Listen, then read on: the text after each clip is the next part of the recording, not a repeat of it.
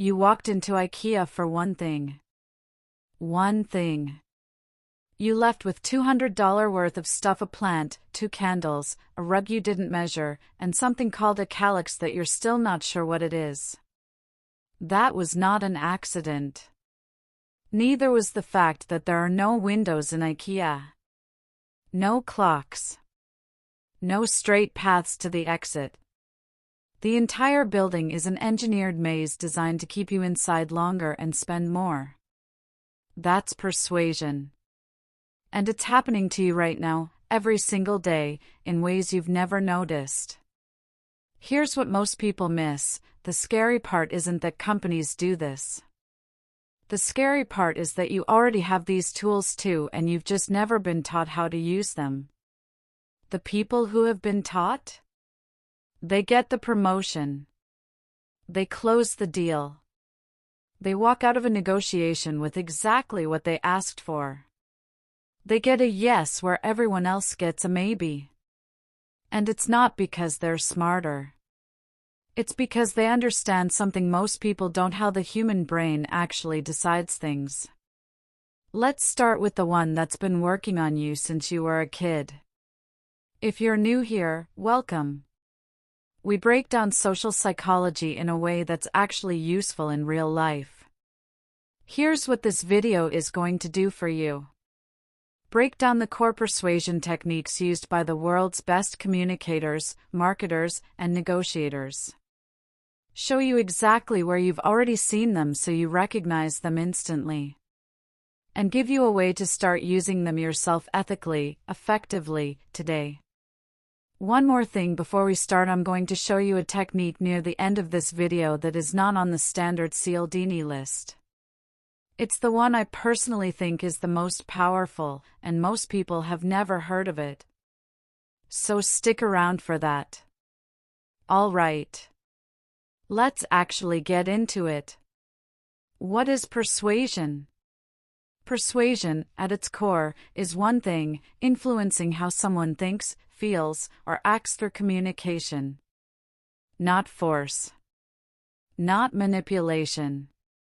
Communication. The reason it works so well is that most human decisions don't happen the way we think they happen. We like to believe we're rational. We're not. We're emotional, we're social, and we're running on mental shortcuts built thousands of years ago. Persuasion techniques work because they speak to how we actually make decisions, not how we wish we did. Now let's get into the techniques. The persuasion techniques. 1. Reciprocity, the invisible debt. Have you ever taken a free sample at Costco and then felt weird just walking away without buying the product? That's not politeness. That's reciprocity, one of the oldest social rules in human psychology. When someone gives us something: a gift, a favor, information, a sample of cheese on a toothpick, we feel an almost compulsive need to give something back. Here's how powerful it is. Studies show that waiters who leave a small candy with the check get significantly higher tips, not because the candy is worth anything, but because the gesture triggers reciprocity. Real-world use: give value first. Genuinely and generously. Help someone before you ask anything of them. You'll never have to sell as hard again. Keycap 2. Commitment and consistency, the yes ladder. Here's something that will make you rethink every small ask you've ever received. Once a person commits to something, even something tiny, they feel psychological pressure to stay consistent with that commitment.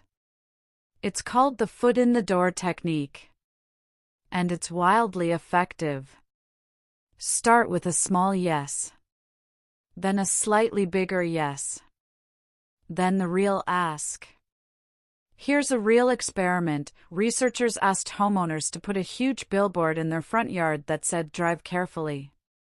Most refused, obviously. But the homeowners who had previously agreed to put a small window sticker with the same message? Over 76% agreed to the giant billboard. Same people. Just one small commitment earlier.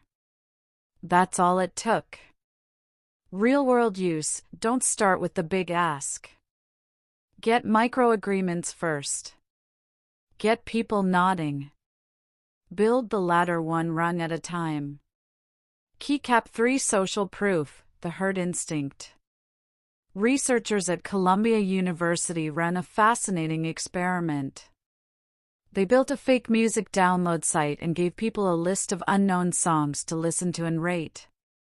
One group heard the songs with no information, just the music. They rated based purely on what they liked. The second group could see how many times each song had already been downloaded by other participants. The result? The songs that got an early boost in downloads even randomly pulled dramatically more downloads afterward. Not because they were better. Because other people had already chosen them. The kicker, the same song could become a hit or a flop depending purely on which group heard it first and what early number it showed. That's social proof in a lab. Your brain uses what other people do as a proxy for what's good, especially when you're uncertain. You search a restaurant on Google Maps. For 0.2 stars, 800 reviews. You walk in without reading a single one. You pick the Netflix show with the most buzz, not necessarily the best reviews. You hear a song everywhere and start liking it. That's not weakness. That's efficiency. Your brain is outsourcing the decision to the crowd, and mostly, it works. Real-world use, don't hide your results, show them. Numbers, testimonials, case studies. When people are uncertain, social proof is the thing that tips them. Give them the evidence that others chose you and didn't regret it. Keycap 4 Authority, why you trust the lab coat. Here's a quick experiment someone ran years ago. A man crossed the street against a traffic light. In one version, he was wearing a suit. In the other, casual clothes. When he wore the suit, 3.5 times more people followed him across without even thinking about it. Same man. Same street. Different jacket. That's authority. We're wired to follow people who signal expertise, titles, credentials, confident delivery, professional appearance. It's why we trust doctors. Why we follow experts on podcasts. Why the first thing you'll notice about any credible news anchor is how they dress and how they speak. Real-world use, build real expertise. Then show it consistently. Authority isn't a shortcut. But once you have it, persuasion becomes almost effortless. 5. Liking the most underrated principle. Of all the principles, this one sounds the simplest, and it might actually be the most powerful in everyday life. We say yes to people we like. And what makes us like someone? Turns out similarity. Finding common ground. Genuine warmth. The feeling that someone actually sees you, not just what they want from you. There was a study where negotiators who took 5 minutes before a negotiation to find something in common with the other party, a hometown, a hobby, anything, closed deals far more successfully than those who went straight to business. 5 minutes of human connection. Massive difference in outcome. Real-world use, stop rushing to the transaction. Be curious about people. Find the thing you actually have in common. The relationship is the persuasion. 6. Scarcity, why limited time works on everyone, even you. You know, limited time offer is a marketing tactic, right? We all do. And yet, your heart still beats a little faster when you see only 2 left in stock. Here's the experiment that proves just how deep this goes. Researchers at Iowa State University showed people 2 identical jars of cookies. Same cookies. Same brand. Same taste. One jar had 10 cookies inside. The other had 2. People consistently rated the cookies from the near-empty jar as tastier, more valuable, and worth more money. The cookies were identical. The scarcity changed their perception of quality entirely. And this plays out at massive scale. Studies on eBay auction behavior found that items with fewer units listed consistently drew higher bids, not because the product was different, but because the scarcity signal made people's brains treat it as more desirable. Why? Because of something called loss aversion, a principle from Nobel Prize-winning psychologist Daniel Kahneman. His research showed that losing something hurts roughly twice as much as gaining the same thing feels good. We're not afraid of missing out on something great.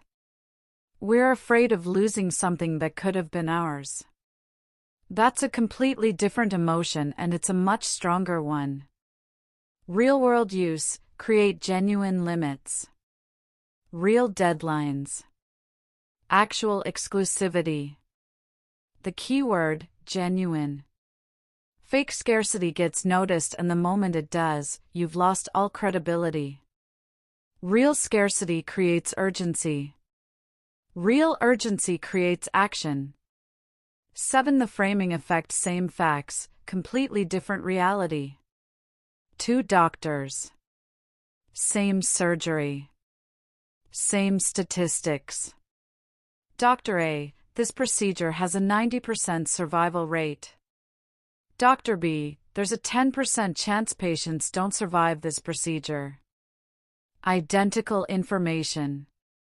But studies show that patients who hear the first version are significantly more likely to agree to the surgery. Same numbers. Different frame. Different decision. This happens everywhere: in politics, in advertising, in how your boss delivers feedback, in how you write an email. Real-world use: lead with the positive frame. Focus on what someone gains, not what they give up. How you say something matters as much as what you say. 8. The contrast principle: control the comparison. Real estate agents have a trick. Before they show you the home they actually want you to buy, they show you a bad one first. Overpriced. Ugly. Needs work. Definitely out of your budget. Then they show you the real one. Suddenly, it looks incredible. Same house you might have thought was pretty good before, now it looks like the deal of the century. Because your brain is comparing it to that disaster you just walked through. That's the contrast principle. Our perception isn't absolute, it's always relative to the reference point. Menus do this. Job offers do this. Product pricing pages with 3 tiers do this. Real-world use: control what someone compares your offer to. Show the premium version first. Show the alternative that makes your offer look excellent. You're not lying, you're framing the reference point. 9. The one they don't teach: emotional labeling. Okay, this is the one I mentioned at the start. The one that's not on the standard list. It comes from FBI crisis negotiation. Specifically, from a negotiator named Chris Voss, who used it to resolve hostage situations. It's called emotional labeling, and it's devastatingly effective. Here's how it works: instead of trying to solve someone's problem or convince them of something, you name what they're feeling out loud. It sounds like you're feeling frustrated that this hasn't been resolved yet. It seems like you're not sure whether this is worth the risk. It looks like you've had a pretty rough experience with this before. That's it. What happens next is almost eerie. The person's defenses drop. They feel heard. They feel understood. And the moment someone feels genuinely understood, they become dramatically more open to what comes next. Chris Voss credits this technique in his own words, from his book Never Split the Difference, with resolving situations that traditional negotiation approaches simply couldn't crack. Real-world use: before you make any ask, pitch, or request label what the other person is feeling. Accurately. Without judgment. Watch how differently the conversation goes. One line, there's a difference between persuading and manipulating. Persuasion is using these tools to help someone make a decision that genuinely serves them or to communicate something true more effectively. Manipulation is using them to get something at someone else's expense. The first builds a reputation. The second destroys one. You're smart enough to know the difference. Use it accordingly. Here's what I actually want you to walk away with today. Every one of these techniques is already being used on you right now, constantly, by people who've studied this deliberately. Advertisers. Negotiators. Politicians. Your boss. Probably a few of your friends, honestly. You just didn't have the vocabulary for it before. Now you do. And that matters because the moment you can name something, it loses its power over you. You stop reacting and start deciding. So here's what I want you to do: pick one technique from today. Just one. And use it this week consciously, intentionally, on the right side of the line in a real situation. A tough conversation. An email. A negotiation. Whatever's in front of you. Then come back and tell me what happened. That's how information becomes skill. Go find out. If this video gave you something useful, a like goes a long way and it takes 2 seconds. Subscribe if you want more videos like this. We break down social psychology every week in a way you can actually use. And here's the comment I genuinely want to read. Which of these techniques has been used on you without you realizing it until just now?